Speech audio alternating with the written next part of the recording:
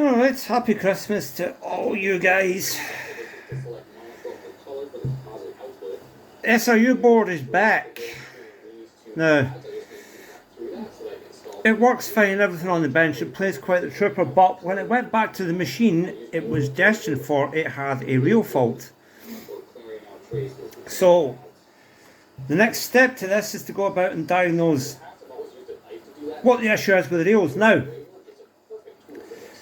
all the transistors and everything tested fine on the bench, which is fair enough.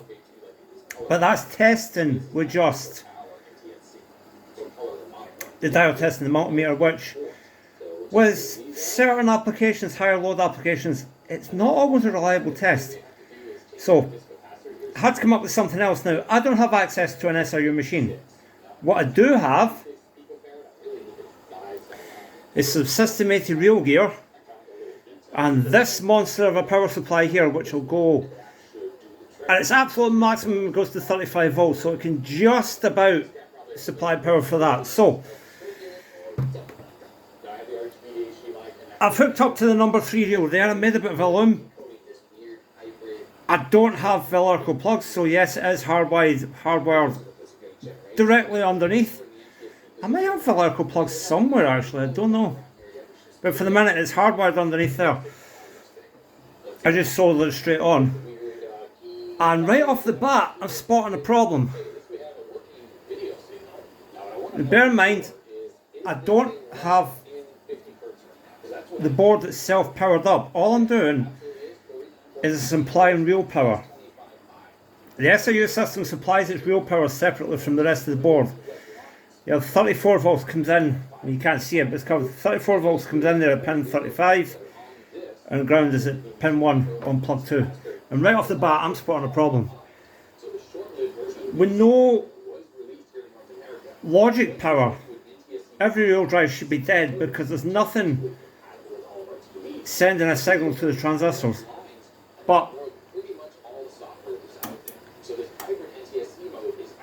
I'm getting a load here and I shouldn't be. And yet the reel's fixed. So I'll do this very, very quickly because whatever it is shorty is going to be heating up. Yeah, there's a load there. And see if I go the next pin along. There's no load. Something's dropping the voltage big style on that port 2. So I'm strongly suspecting that this number 2 transistor here is dead. It really is all it can be, because if you look at the schematics, all that happens is you have the coil connection for the rail comes in here at pin 34 to the collector of this transistor, and the emitter just goes straight to ground, and then this diode here goes from the 34 volt line to the emitter of the transistor in reverse bias. Techies don't know what I mean. That's just a flywheel diode to stop the electromagnetic pulses. Which, by the way, the flywheel diode is dead as well. I just spotted that there. Or at least it's reading dead. Now that could be an effect of the transistor because the diode is across the collector and the emitter of the transistor. But the wrong way around, if you know what I mean. So the purpose of that is any pulse that comes out the rail gets sent back up to the 12 volt line instead of into your damaging transistor. The techies will know what I mean, it's a flywheel diode. Anyways, like I said, the rail's fixing itself. Oh, fixing. It's going stiff on startup and it shouldn't be, so that second transistor there, I'm looking at that. Oh yeah, you can hear it in the background. I'm watching a YouTube video, as usual, always do. Don't copyright it. You can see where a lot of people lose pads when they're changing out these transistors. Those solder joints are tiny. They've made very, very small pads so they can pack all these transistors in close together. That's not the greatest design because not only is it difficult to desolder, any transistor that is bad in here is going to heat the other ones up and cause more issues than you started with. I think these end ones look like they've been reworked a wee bit there too. These have been replaced already though, so you can see the different. They're not factory, those N3. They've been redone. I'm looking at this one right here, Q2. Well, that was mega painful to do. So little room to work on there, but new transistor on the board and 2 new flywheel diodes. I have to be careful with where this powers up, but if I power this on now, there's no load with no control on. So, yay! That's one. Now you have to power this off the right way as well. You need to power the logic off first, and then the power for the rails. But yeah, so that's the first wheel drive fixed. It was just the one transistor. So I suppose I better hook up the rest of them now. I know reel 2 works, so I don't know where to hook up reel 3 right now. I think that's what I'll do. I think I'll hook up reel 3 next and then I'll go back to reel 2. Or I might just hook them all up just now. I've got looms already made. I just need to hook them up to these outputs under here and then maybe up the max current a wee bit. Although it was only drawing about 0.1 amp there with one wheel driving, so 0.3 amp maybe? Running at 34 volt, I don't think it'll take much. But anyways, let's hook up the rest of them and see how it gets on. Oh, just a side note, I got this M tester as a Crimble present. Thank you very much, family. So, I've got the old transistor on the board in the tester.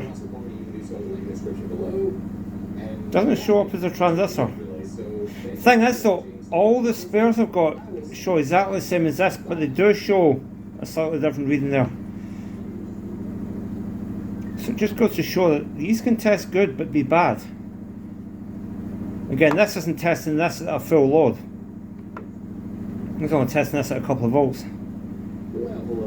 But yeah, that one there is definitely helping things. Right. The video I've got on the background Adrian's Digital Basement, I couldn't recommend that enough if you're into old computers. That's the sort of old computers. Just a note for YouTube, it's on in the background. Don't copyright strike it, please. Anyways, I went ahead and I've connected up the other 2 reel stations. I've got it powered up now and I have no load in the power supply at all, which means these are loose. So let's power up the computer side of things here.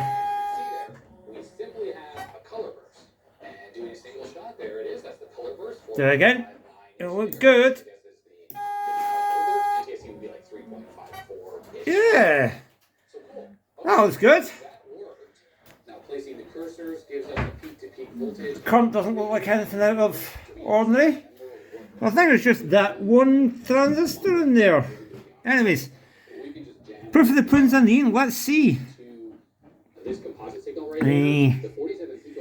9, 10, 11, 12, 13. There's some credits. 9, 10, 12. Oh, lovely. She rides.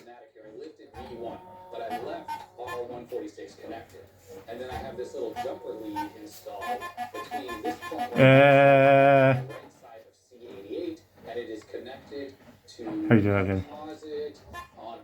Oh, nice. She did.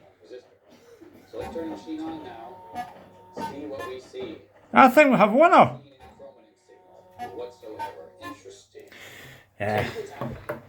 Obviously it's not going to go at the right position because there's no optics connected at all.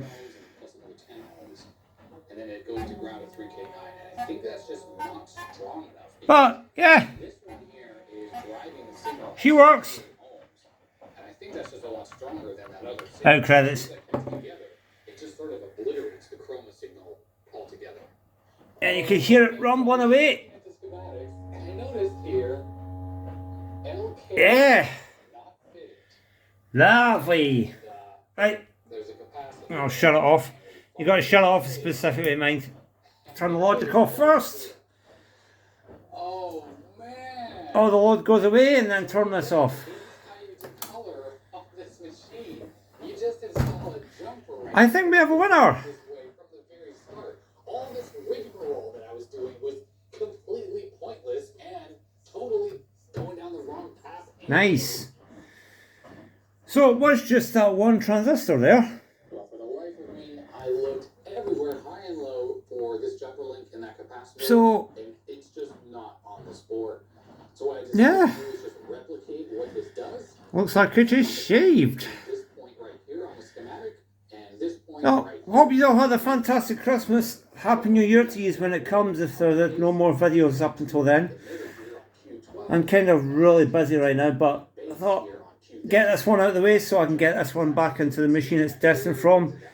I've still got the game that comes out of stashed away. Don't worry about that. Someday we'll be able to show that off again. And that's that. So, what did we do here? You've seen all this before. This is just the everything power supply. Burning 12 volt, minus 12 volt. Goes through that rig to give you minus 5. It gives you the 3 supplies to your processor. It takes 5 volt, 12 volt, minus 5 volt, by the way. A TMS 980. Have to be careful with that. I've got my ROM card there, which has got each way shuffle on it. I've hardwired the reels underneath here, and they just go to the plugs on the System 80 rack, and I'm providing power for the reels here through this enormous lump,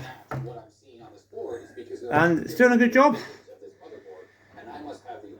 So I'll send this back to the owner to go in the machine it came from. Alright, bye bye for now.